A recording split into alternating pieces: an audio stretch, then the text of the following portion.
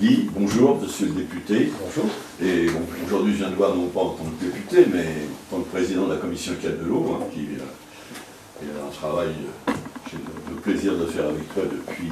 moultes années, disons, en gros 2000, puisqu'on a commencé avant réellement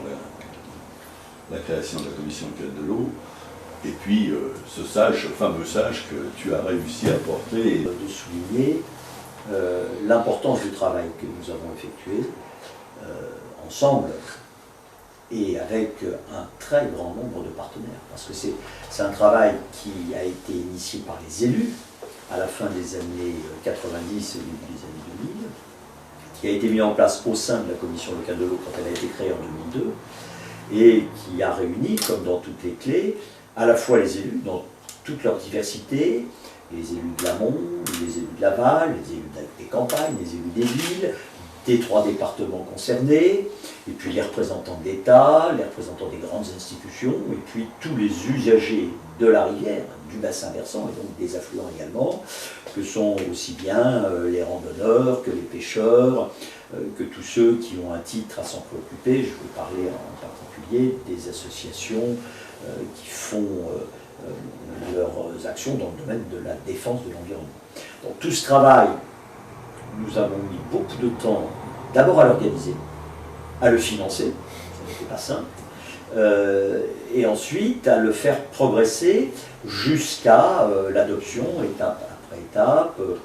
l'état des lieux, le diagnostic, les scénarios, puis ensuite le scénario définitif et donc les grands objectifs et leur déclinaison dans le schéma, tel qu'il a pu être approuvé. Et je crois qu'on a toute raison d'en être fiers, à l'unanimité de la commission locale de l'eau. C'est très important que nos concitoyens prennent conscience que chacun de leurs actes a fait l'objet d'une analyse très précise de leurs élus en proximité, et que cette analyse très précise de leurs élus en proximité a permis,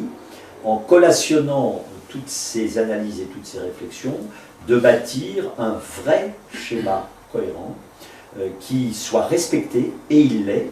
qui soit applicable, et il l'est. Je sais que les Seine-et-Marnais, comme les Essonniens d'ailleurs, et comme les Val-de-Marnais, sont très attachés à la rivière,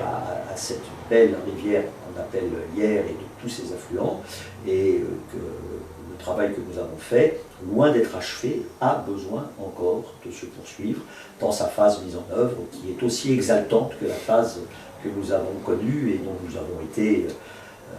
incontestablement parmi les fondateurs et les pionniers.